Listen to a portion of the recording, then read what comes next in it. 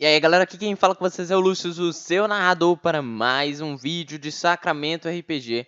Finalmente chegamos na sessão 10 e essa análise de hoje está bem boa. O episódio conseguiu me prender de uma forma significativa, mas também teve uma hora que eu saí da imersão e eu vou explicar todos os motivos para vocês. Desde já, como todos os episódios eu falo, se você discorda da minha opinião, não gostou do vídeo, dá dislike, explica aí nos comentários o que você não entendeu, o que você não compreendeu da minha análise, para que eu possa melhorar. Então, vamos para o episódio 10. O episódio começa de onde paramos. O vendedor está morto na frente de todos e a bispa sai do local logo após matá-lo. Eles veem o livro que falava sobre as histórias, o dia que eu e os pavio curto, gente. Os pavio curto e tal me salvaram de uma manada de gnu. É um nome muito comprido. E o que acontece? O Golias ele fica meio, é melhor pegar esse livro. E um dos caras ele abre, tipo, só tem era uma vez e não existe mais nada escrito no livro. Então, não tinha nenhuma informações ali. Mas o nome pavio curto ali poderia ser uma prova contra eles. Então ele tava meio que um plano de vamos pegar, vamos destruir esse livro, vamos ficar com esse livro, porque, cara, se alguém encontrar e falar de pavio curto e tal, a gente fala, não, não, é biruta, o cara lá era louco e tal. Então, meio que o Golias vai olhando, vou perseguir o cara que pegou o livro, vou perseguir e tal. Eu até achei que ia ter uma cena legal, porque eu pensei assim, se eles estão levando um corpo, deve ter um local onde eles estão jogando o corpo dessa galera. Então, tipo, possivelmente eles iriam encontrar o corpo de todo mundo que morreu. Aquele cara enforcado, quem sabe o Padre Aurélio. Então eu tava meio que, tipo assim, com esperança deles conseguirem encontrar é, os corpos seguindo esse cara que tava com o livro. Mas eles meio que desistem porque eles precisavam comer, então eles vão lá comer. Chega um cara e começa a falar sobre a Leviana, falando que a Leviana vem e faz todo esse alvoroço. Então a bispa tem o nome, é Leviana. Se eu não me engano, eu posso estar errando na pronúncia, mas eu acho que é isso mesmo que se fala. E esses caras que chegam ali meio que pra comer também, eles dão uma enfrentada no grupo, porque eles começam a comer a comida deles e tal. O Golias estava muito puto. Ele já estava pra bater ali, mas ele meio que deixou, né? Porque ninguém fez nada, nenhuma reação. Então meio que eles só conversam ali, compram uma comida e vão até a loja. Na loja, a situação já fica um pouco estranha. Deu pra perceber que o homem não tava. Tá igual o cara da loja, quando eles foram ou igual o cara lá da Fogo que Dança, né? No episódio passado, no salão. Só que o cara da loja em si, ele tá mais frio, assim, ele não quer muita conversa, não, só faz e tal. Meio que os caras até falam, caraca, velho, a gente tem que parar pra perceber que toda vez que acontece um massacre ou qualquer coisa do tipo na cidade, a gente aparece no outro dia comprando guento. Então, um guento, a gente tem que parar de comprar um guento. Então, eles falam um guento, um basa, quer dizer, e está ainda ali meio que com essa questão de que fudeu, eles têm que procurar uma nova alternativa. Então, eles vão até o acampamento novamente e começam a conversar.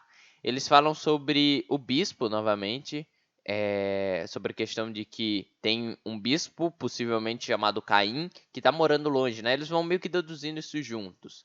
Então eles vão meio que conversando e tal.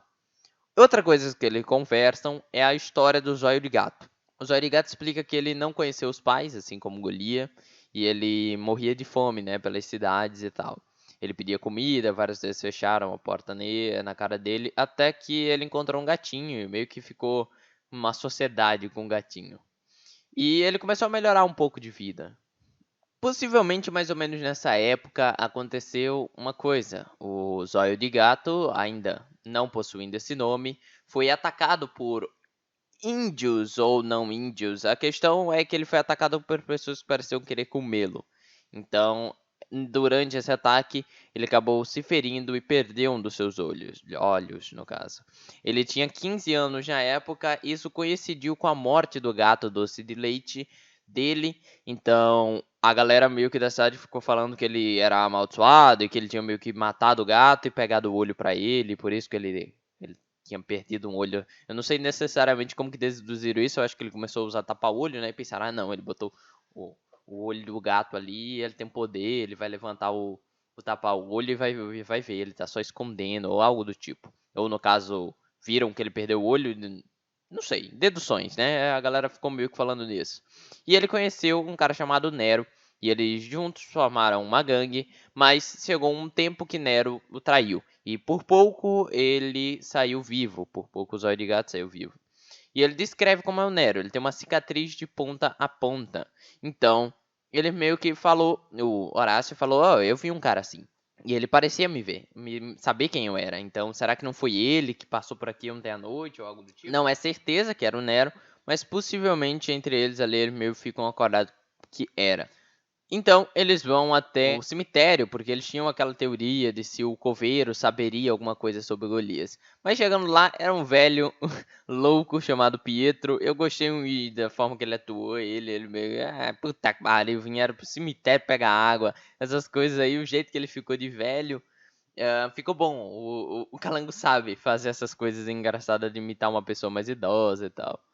Bom, então, a partir daí eles meio que conversam e nada é resolvido. O coveiro ou não lembra de nada, ou nem era ele nessa época, ou não é necessariamente essa cidade. Eles não chegam numa certeza, num consenso. E esse mistério é meio que deixado de lado. E eles vão seguir o principal. Eles precisam ir pro pântano ver o tal do Caim, que possivelmente seria um bispo. Foi meio que o que eles entenderam ali. Então, eles foram até o local e tem toda uma descrição do local. É uma casa com um celeiro na frente e um pequeno estábulo onde estavam cavalos. E tinham seguranças rondando a casa.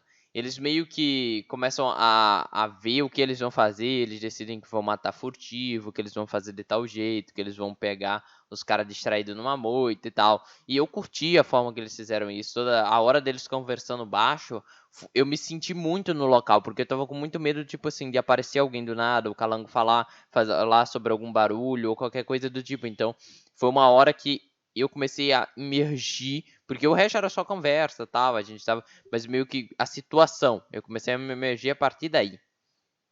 E aí vem os primeiros caras, eles batem na cabeça de um, desmaia, o outro toma uma Tomahawk na cabeça, que é arremessado pelo Golias. Eles matam o outro cara que tinha ficado meio que desacordado, e eles entram dentro do estábulo. Esses daí eles não sabiam até o momento que eles começaram a conversar que tinha essas outras pessoas por aí. Então eles começam a deduzir que tem mais gente dentro da casa, mais gente espalhada.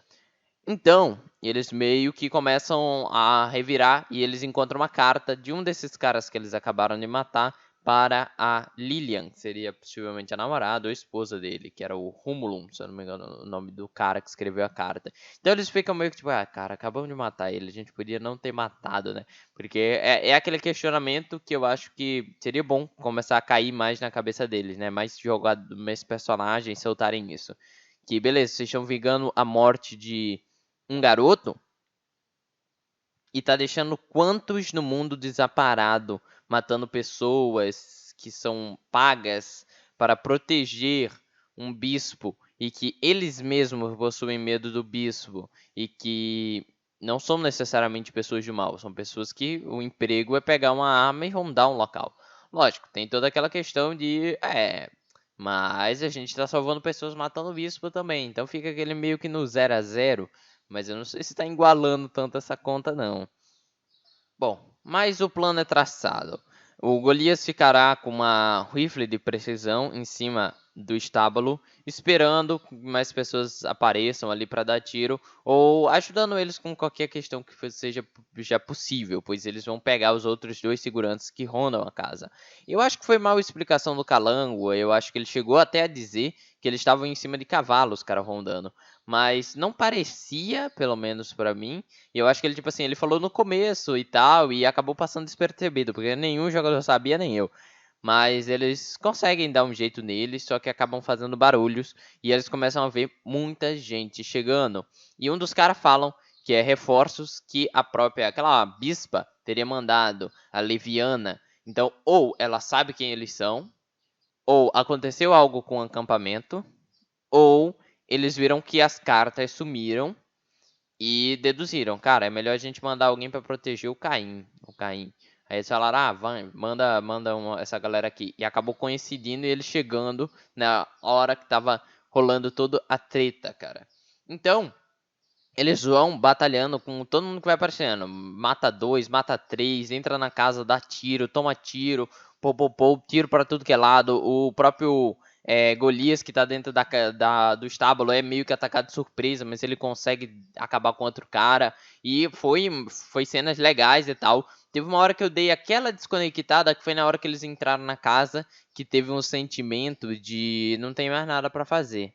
Já era. E eu mesmo também tava pensando, ah, cara, tem gente dentro dessa casa, tem gente fora. Será que o Calango, tipo, só não tá meio que com raiva que os caras terminaram muito cedo? E aí começou a mandar a galera só pra dar trabalho mesmo? Porque foi uma hora que eu comecei a me questionar, cara. Eu, por estar desenvolvendo um RPG, eu sei que tem. Lógico, meu RPG tem uma temática totalmente diferente, mas isso às vezes impacta no meu também. Será que a galera deveria dar mais dano para que lutas durassem menos? Ou eu continuo deixando a galera dar pouco dano e aí eu coloco mais galera para lutar? Isso daí não necessariamente tem esse problema no RPG, mas é um problema que eu fiquei pensando para esse sistema, ou pelo jeito que o Calango usa o sistema, porque já que eu nunca li o sistema, não tenho que saber, não tenho como saber se o Calango está necessariamente fazendo erros mecânicos no sistema nessa questão.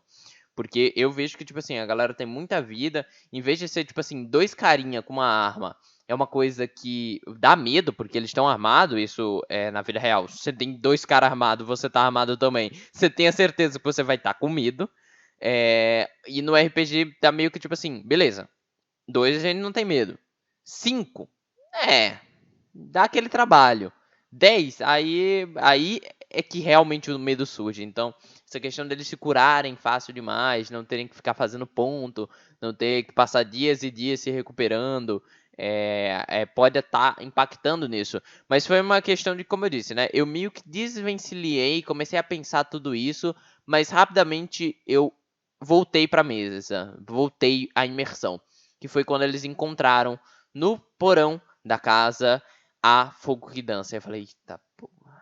Aí começou a história, mano. Alguma coisa aconteceu. O que que aconteceu? Por que que ela não tem um braço? Porque tiraram o braço dela.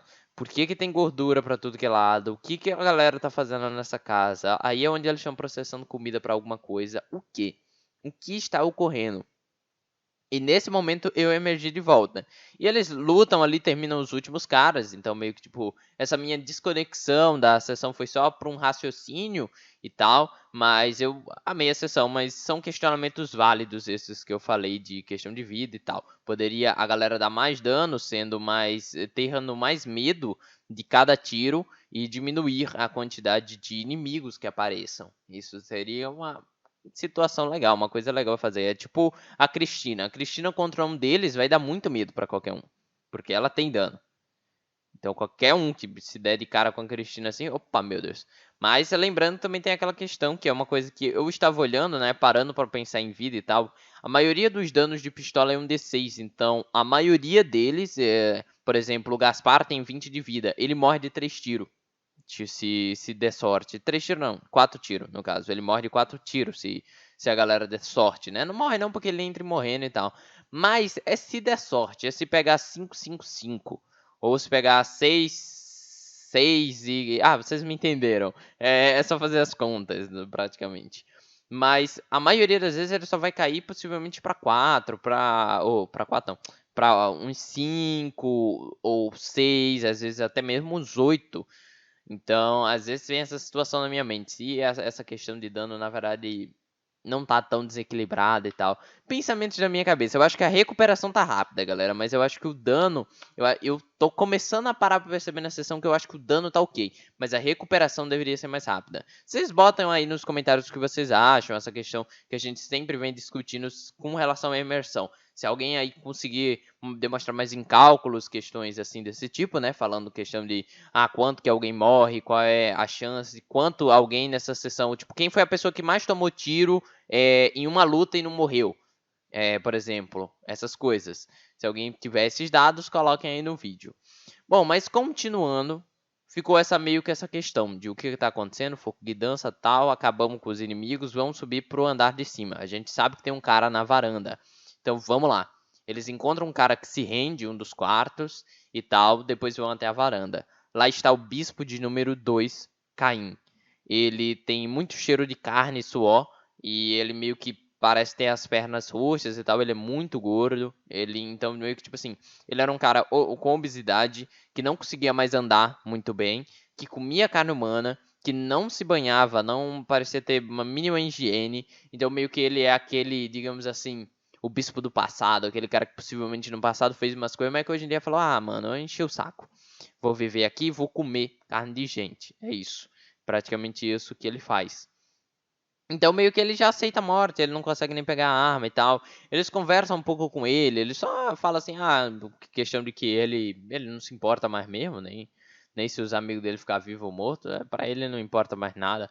Mas eles acabam descobrindo que ele tem um irmão chamado Abel. Então, possivelmente outro bispo. Então, nós já sabemos muitos bispos. A gente já teve a morte do primeiro bispo, nós tivemos a possível morte de mais um bispo, que foi aquele que saiu baleado no cavalo. Eu até achei que ele poderia estar por aí, por exemplo, na casa do Caim, de ter corrido para se refugiar.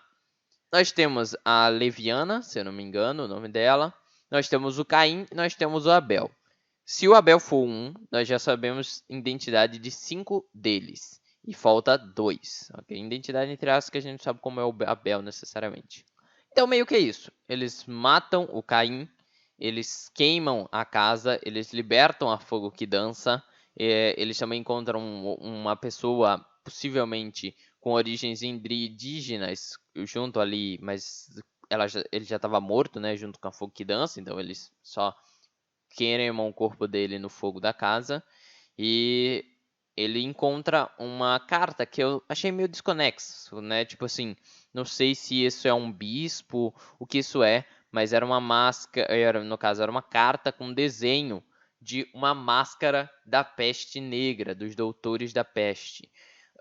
Então, meio que tirou dúvidas de o que mais está acontecendo nessa cidade.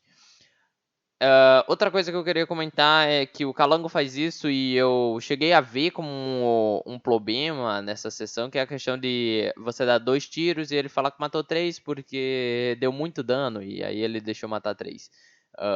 Eu só acho que, tipo assim, pô, aí a galera vai ter muita bala, digamos assim. E eu não sei como tá a reserva de bala dessa galera. Eu pelo menos vejo que eles não compram bala. Não sei como que tá a questão, se eu não me engano, eu acho que é infinito. Se eu não me engano, o Calango já chegou a falar que tiro é infinito. Eles não precisam comprar munição. Imersão. Aquela questão aí que eu acho que eu perco um pouco a imersão com isso, mas eu não estou me sentindo tão incomodado com isso, né? Mas seria legal um dia, por exemplo, a bala deles acabarem, coisa do tipo. Mas é isso. Foi isso que eu tinha para falar sobre a sessão. Foi uma sessão boa. Tá num combo legal. A última sessão foi massa. Essa foi massa. Então, estamos num ritmo interessante. Tomara que isso só escale para cima e que não caia para baixo, como o Calango já acabou fazendo várias vezes. Então, é isso. Essa é a minha análise sobre a sessão. Aqui quem falou com vocês foi o Lúcio, o seu narrador, e fui.